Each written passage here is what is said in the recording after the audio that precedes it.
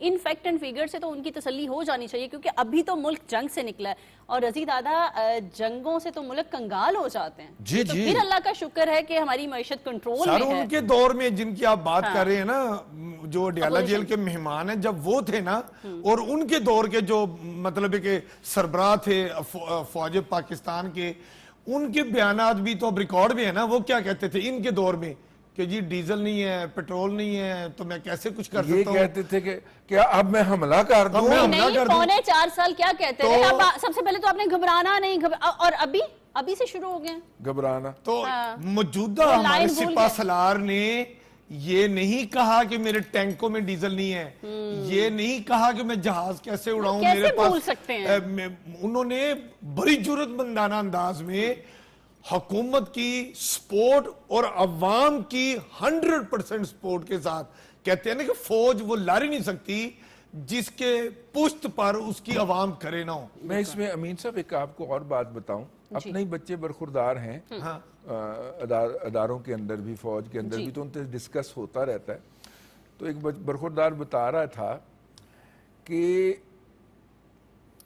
وہ تمام ایکسرسائزز جو کہ ابینڈن کر دی گئی تھیں بیکاز کہ جی فنڈز نہیں ہیں.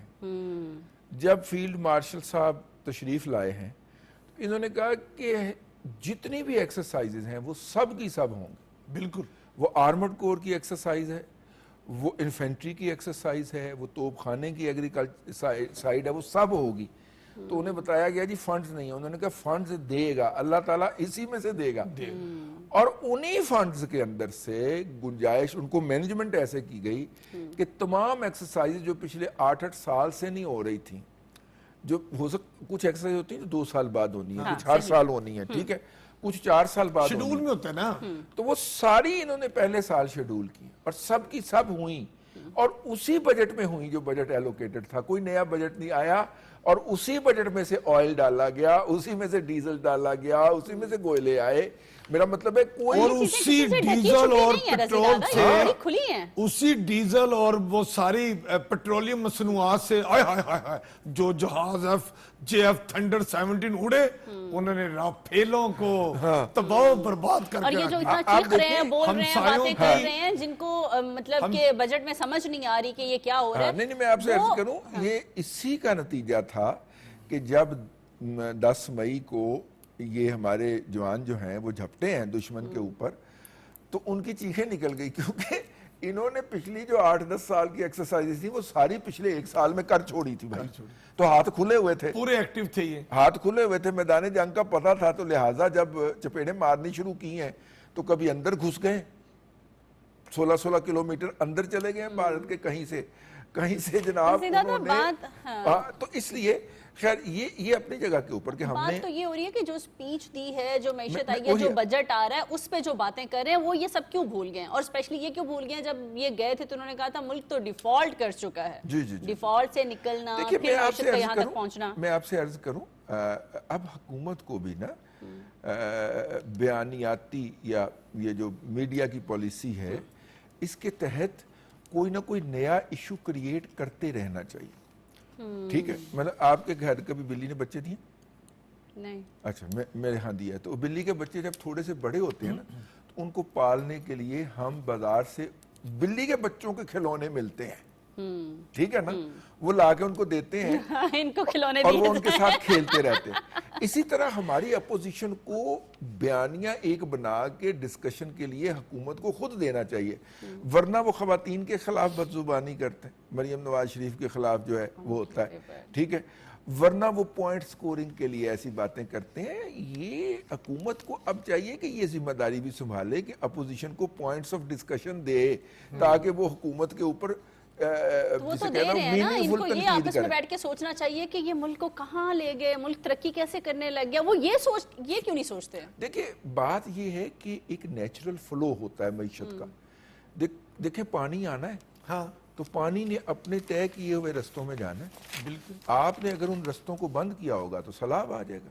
صحیح. شہروں میں آپ نے اگر جو ڈرینیج ہوتا ہے, ایک تو ہوتا ہے نا ڈرینیج جو ریگولر ہوتا ہے, ایک برسات کا بھی ہوتا ہے, رینی سیزن رین ڈرینیج بھی ہوتا ہے.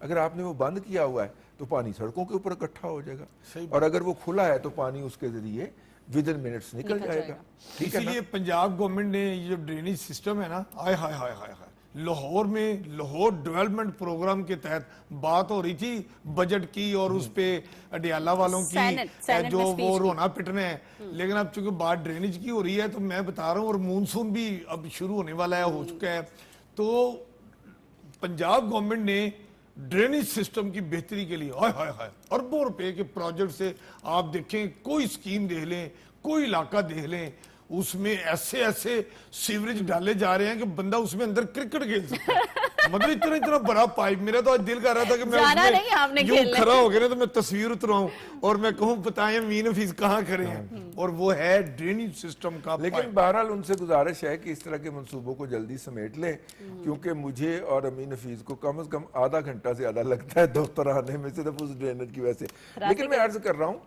کہ اسی طرح اگر آپ معیشت کے فلو کو جانے دیں گے نا آگے، تو وہ اپنے بہاؤ میں آگے بڑھے گی۔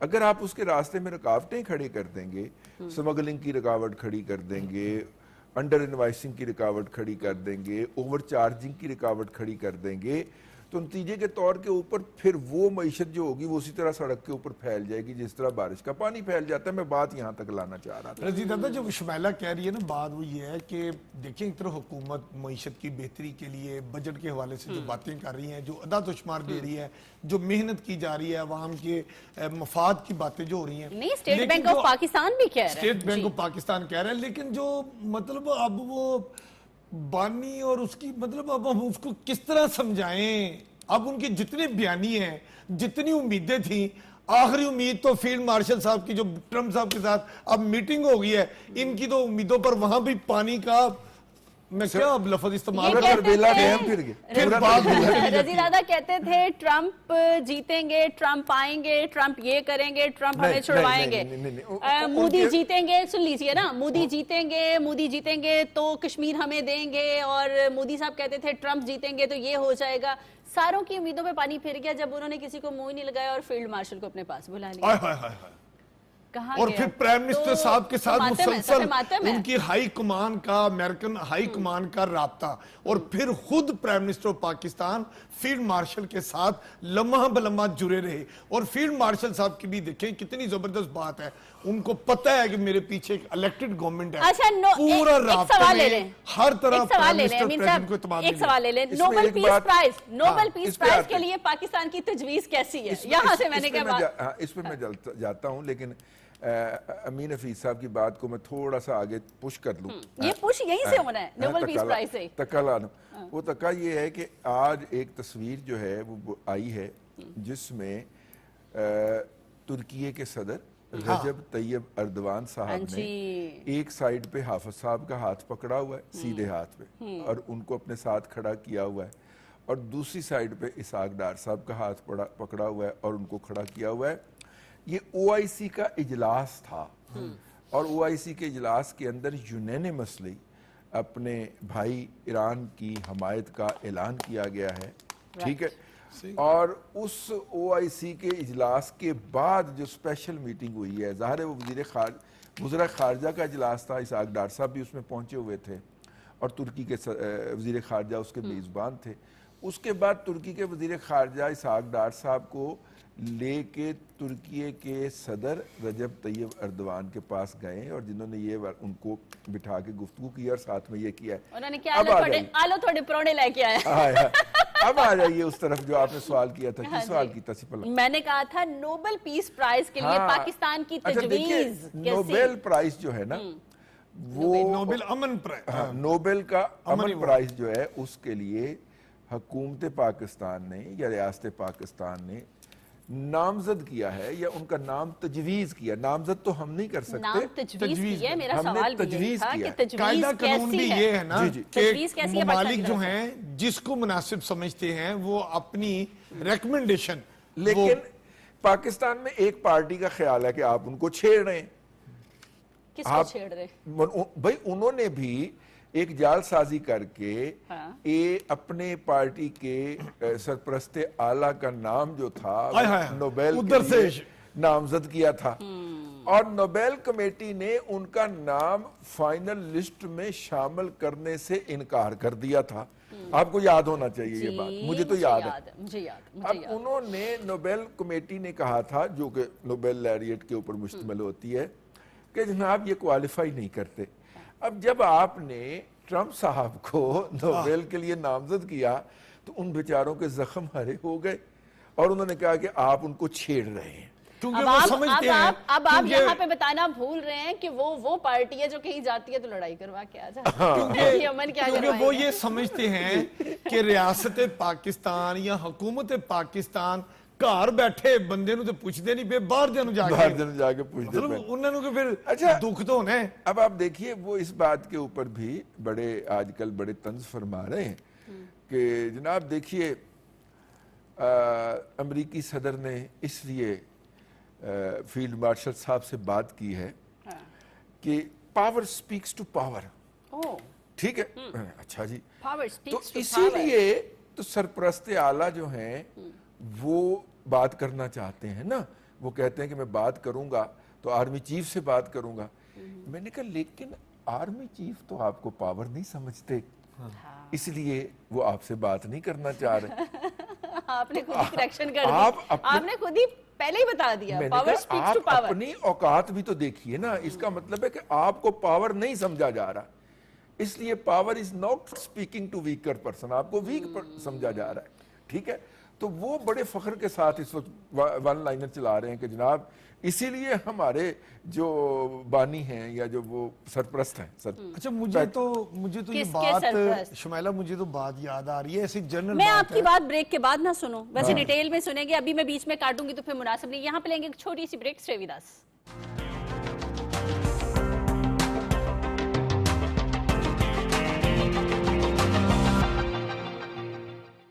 Welcome back to the programme.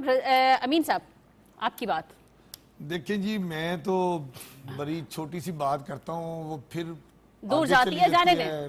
دور چلی جاتی ہے, جانے دیں. اب ہم کہتے ہیں جانے دیں, اب دور تک ہمارے رابطے ہیں. دیکھیں جی, بات یہ ہے, کسی نے کہیں بیٹھ کے یہ کہا تھا کہ میں جب وطن واپس جاؤں گا تو ایئر کنڈیشن بند کرا دوں گا, میں جب وطن واپس جاؤں گا تو ان کے کھابے بند کرا دوں گا, میں جب وطن واپس جاؤں گا تو ان کے جو جیبوں میں پیسے کرپشن کے ہیں وہ نکلوا لوں گا. چھوٹی نیگیٹو سوچ لے ڈوبتی ہے انسان کو. کہتے ہیں نا بڑا بول نہیں بولنا چاہیے, یہ اپنے آگے آ جاتی ہیں یہ چیزیں. اصل میں مسعوف نے بہت بڑے بڑے نعرے لگائے تھے اور وہ یہ سمجھتے تھے کہ شاید میں جو یہ کہہ رہا ہوں یہ سب کچھ ہوتا رہے گا اور جو آج میں ہوں یہ ہمیشہ میں ایسا رہوں گا. ہمیشہ تو اللہ تعالیٰ کی ذات ہی ہے اور اسی کا ہی رہنا ہے. جن لوگوں کے بارے میں کہا گیا آج دیکھیں وہ اقتدار میں ہیں. مجھے تو وہ بانی صاحب, سرپرست صاحب تو اپنی جگہ پہ ہمارے ایک منجے ہوئے سیاستدان جو ماشاءاللہ عید والے دن روتے ہوئے ان کی تصویریں اخباروں میں اور سوشل میڈیا میں آئیں, جو کہتے ہیں کہ میں پاکستان کا سب سے زیادہ اسمبلیوں میں آنے والا الیکٹڈ بندہ ہوں, اور میں اشارتاً بتا دیتا ہوں جو ریلوے کے زیادہ عرصہ منسٹر رہے, جو انفارمیشن میں بھی منسٹر رہے, جن کو آپ نے حق کر کے کس بھی کیا تھا ہمیں یاد ہے, میں نے پپی لی تھی ان کی. اچھا وہ بات یہ ہے کہ وہ بندہ کہتا تھا انہی دو جماعتوں کے بارے میں, پیپلز پارٹی اور نون کے بارے میں, کہ ان کے رنگ پسٹن بیٹھ گئے ہیں, ان کا ٹائیں فش ہو گیا ہے. وہی حضرت شیخ رشید صاحب, میں اب نام لے رہا ہوں, وہ فرمایا کرتے تھے کہ یہ حکومت اور یہ ماشاءاللہ بانی سرپرست صاحب یہ قائم و دائم رہیں گے. ان کا کام ٹائیں فش ہو گیا. آج وہ ٹائیں فش کہنے والا اور یہ کہنے والا کہ ان کے رنگ پسٹن پیپلز پارٹی اور نون کے ختم ہو گئے ہیں, ان کی گاڑیاں فضائی آلودگی ایسی دے رہی ہیں کہ محکمہ ماحولیات نے ان کی سیاسی گاڑی کو بند کر دیا ہے. آج وہ شیخ رشید کہاں پہ ہے, آج وہ بانی سرپرست صاحب کہاں پہ ہیں. چھوڑیں مٹی بڑا بول نہیں بولنا چاہیے, میں یہ کہہ رہا ہوں. پاکستان عظیم ملک, عظیم قیادت قرار دینا ٹرمپ کی طرف سے, کیا بات, انڈیا کو کیوں ہضم نہیں ہو رہا, کیوں پیٹ میں کچھ ہو رہا ہے. 10 مئی سے لے کے آج 21 جون ہے, تقریباً 41 دن ہو گئے ہیں. ان 41 دنوں کے اندر ٹرمپ صاحب نے، میں نے گنا ہے باقاعدہ 18 مرتبہ ایوری آلٹرنیٹ ڈیز، ہاں ایوری آلٹرنیٹ ڈیز انہوں نے توا لگایا ہے انڈیا کا کہ جنگ میں نے رکوائی، یہ میرے پاس آئے، یاد رکھو جنگ میں نے رکوائی، مودی یاد رکھو پاکستان سے میں نے تمہیں بچایا ہے۔ اب وہ بار بار جب کہہ رہے ہیں، اور یہ انڈیا، اور یہ چھوٹا بندہ نہیں ہے، ہاں رسپانسبل مین، بھائی دنیا کی سب سے بڑی طاقت جو ہے دنیا کی دنیاوی حساب سے، وہ یونائٹڈ اسٹیٹ آف امریکہ، اور اس کا منتخب صدر جس کی اپر ہاؤس میں بھی اکثریت ہے اور لوور ہاؤس میں بھی اکثریت ہے، ٹھیک ہے، وہ یہ کہہ رہا ہے، آپ اس کے رویے کو جو مرضی کہیں لیکن ہے تو بھائی وہ امریکہ کا صدر نا، اور وہ یہ کہہ رہا ہے اور ہر آلٹرنیٹو ڈے پہ کہہ رہا ہے کہ پاک بھارت جنگ میں نے رکوائی، اور بھارت میرے پاس، بارہا پاکستان کی عسکری اور سیاسی قیادت کو خراج تحسین پیش کیا، اس کے ساتھ ہی تو میرا مطلب ہے کہ یہ صورتحال جو اپنے آپ کو اس علاقے کا تھانے دار سمجھ رہے تھے، ان کے لیے کیسے قابل ہضم ہو سکتی، یہ بھی تو آپ دیکھیں نا، وہ تو 4th لارجسٹ اکانومی بن چکے ہیں، اگرچہ 60% لوگوں کے پاس باتھ روم کی فیسلٹی نہیں ہے، لیکن وہ 4th لارجسٹ اکانومی بن گئے۔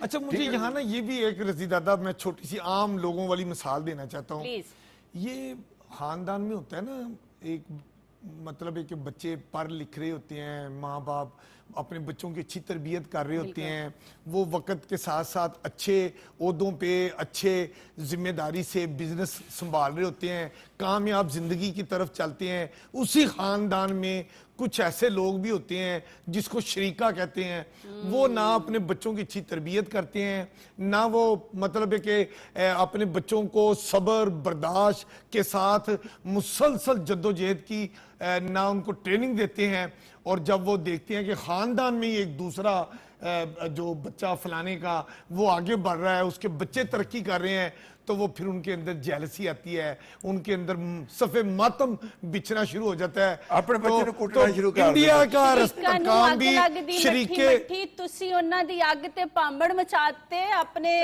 فیلڈ مارشل نو امریکہ کل کے اچھا نہیں، وہ پھر نا شادی کے اندر سب جب سارے لوگ کھانا کھانے میں مصروف ہوتے ہیں، وہ اپنے بچے کو کوٹ رہے ہوتے ہیں، پکڑ رہے ہوتے ہیں کہ نلیکہ تو بھی کچھ کر، میں تیرے لیے رشتہ کوئی تیری ماسی مامے نو کہہ کے کوئی میں وصول کر، نہیں ہون تسی کنوں کٹنا ہے اندرون پاکستان والے نو یا گوانڈیاں نو؟ نہیں اب دیکھیے اس وقت بھارت جو ہے دونوں شریک ہیں اس وقت، ہاں اس وقت ان کا مسئلہ یہ ہے کہ ایک تو وہ تازہ جنگ ہارے، دوسرا اس جنگ کے اوپر باقاعدہ ٹرمپ صاحب جو ہیں وہ نمک ملنا شروع ہو گئے، بڑے ہسپتالوں جواب بھی ہو گیا، وہ ٹرمپ صاحب جو ہیں وہ نمک ملنا شروع ہو گئے ہیں، اور پھر ٹرمپ صاحب جو ہیں جب بولتے ہیں تو چونکہ امریکہ کے صدر ہیں تو دنیا بھر کا میڈیا انہیں سنتا ہے اور رپورٹ کرتا ہے، تو وہ تو اپنی طرف سے میرا مطلب ہے کہ نریندر مودی صاحب جو تھے وہ تو اپنی طرف سے ورلڈ لیڈر بن چکے ہوئے تھے،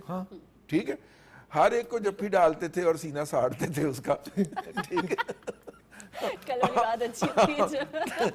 اب وہی مودی صاحب جو ہیں ان سے کوئی ملنے ہی نہیں آ رہا، بلکہ وہ بھاگ بھاگ کے پہنچ رہے ہیں لوگوں سے ملنے کے لیے، میکرون جو ہیں جو صدر ہیں فرانس کے ان سے وہ ملے ہیں، اور اس کے اوپر قسم قسم کی میمز بن رہی ہیں۔ اچھا ویسے ہم ریکویسٹ کریں گے کل اپنے پروڈیوسر صاحب سے کہ دونوں جبہوں کا کمپیریزن ایک بار دکھا دے سکرین پہ، تو ایسی مطلب وہ بھاگ کے دیکھیے اس وقت پورے سینیریو کے اندر اگر ہم تھوڑا سا زور اور لگائیں، اور میرا خیال ہے کہ اسحاق ڈار صاحب لگائیں گے اور لگا رہے ہیں، وہ یہ ہے کہ جس طرح انڈیا نے تمام مسلم ممالک کی مسلم امہ کے جذبات کے خلاف جا کر اسرائیل کے ساتھ سٹینڈ لیا ہے، پاکستان کو تمام اپنے بھائیوں کو بتانا چاہیے کہ یہ دیکھیں جن کے ساتھ آپ تعلقات کو ترجیح دیتے رہے وہ اب بھی اسرائیل کے ساتھ کھڑا ہے، irrespective of the fact کہ ہمارے کون سے بھائی ہیں، لیکن سب کو جا کے پاکستان کو بتانا چاہیے کہ یہ دیکھیں یہ اسرائیل کے ساتھ کھڑا ہے، ان کے جو لوگ پکڑے جا رہے ہیں وہ موساد کی ایجنٹی کرتے ہوئے پکڑے جا رہے ہیں،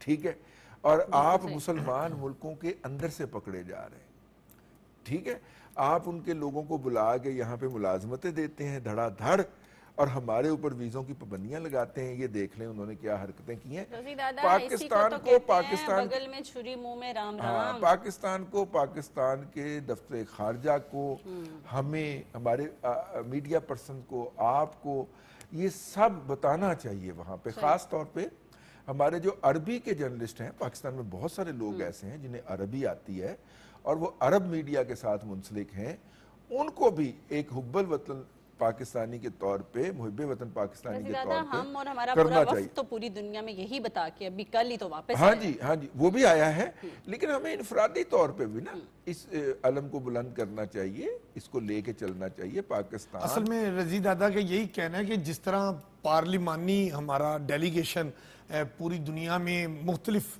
حصوں میں گئے ہیں اور مختلف ٹیمیں بن کے گئی ہیں, اور اسی طرح ہمیں ہمارا جو میڈیا سے ریلیٹڈ لوگ ہیں, مختلف مکاتب فکر کے جو ہمارے افراد ہیں ہر شعبہ زندگی سے, جو بڑے نمایاں ہیں, جن کا بڑا اثر ہے جن کی بات میں, ان کو بھی حکومت کو چاہیے کہ ان کو اپنے ساتھ رکھ کے ان کو بریف کرے تاکہ وہ بھی اپنا مثبت کردار ادا کرے. مطلب اپنے اپنے حصے کی ہر کوئی شمع پاکستان جلاتا کے رہے. وسیع تر عوامی مفاد میں اپنے اپنے حصے کی شمع جلائے کیا بات, تاکہ دنیا میں پاکستان کا نام سر اب بلند ہو. تو پاکستانی اگر نظر آتے ہیں نا باہر کہیں پہ بھی تو وہ کہتے ہیں جی پاکستانی پاکستانی, شکرن شکرن پاکستانی, پاکستان زندہ اور باد. آپ نے حج پہ بھی نعرے دیکھا لگتے ہے, ہیں, حج پہ بھی دیکھا ہے, بالکل. جہاں مسلمان پاکستان نظر آئے ہیں انہوں نے کہا کہ پاکستان, پاکستان زندہ باد, ہاتھ سلوٹ حج مارا. پہ تو سارے مسلمان تھے, لیکن پاکستانیوں کا جو ایک especially. پریولیج تھا اور خاص طور پہ ایک پرائیڈ جو تھا, اگرچہ ہمارے 67,000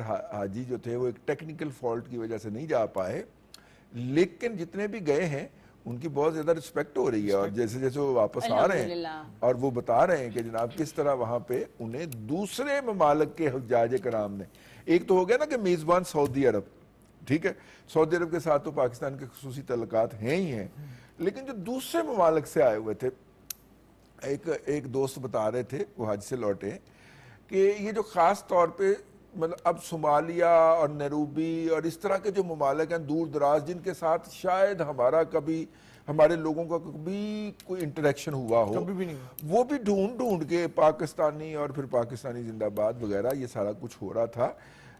لیکن بہرحال میں آپ سے بات عرض کروں کہ یہ تقریباً 20 سال کے بعد پاکستان کو سفارتی محاذ کے اوپر بھارت کے برابر نہیں, اس سے اوپر جانے کا موقع ملا, ٹھیک ہے.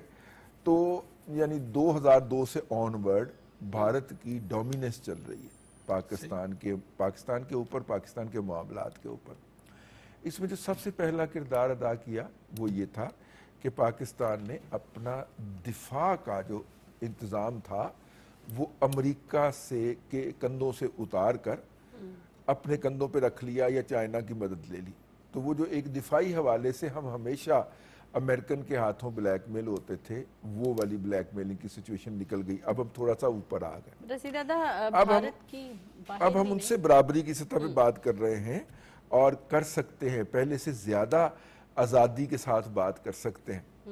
میں نے کہا پاکستان کی باہر ہی نہیں, دنیا میں نہیں, بھارت کے اندر بھی اب اس کو جواب دینے پڑ رہے ہیں. عوام سوال کرتی ہے پاکستان پہ معیشت کی بارش ہو رہی ہے, ہمارے جہاز کہاں گئے, آپ کیا کر رہے ہیں.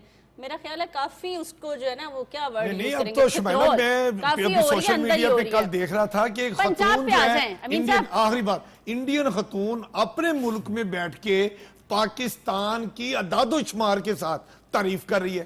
کتنی اچھی بات. بالکل یہ شریک ہیں. ابھی تو یہ آغاز ہے, ابھی تو پکچر شروع ہوئی ہے, پارٹی شروع ہوئی ہے, ابھی دیکھیں آگے کیا ہوگا. مودی آپ کے ساتھ.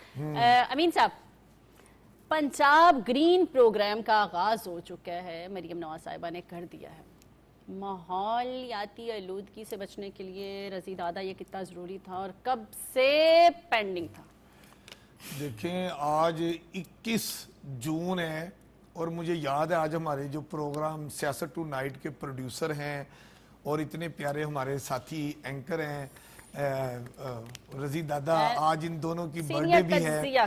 تو آج کا دن تو جو 21 جون ہے, کل 20 جون تھا, سال کا سب سے طویل ترین لمبا دن تھا. بڑی ہستیوں کی, پی ٹی وی کے ہمارے پروگرام کے پروڈیوسر کی, رضی دادا کی, بے نظیر صاحبہ کی,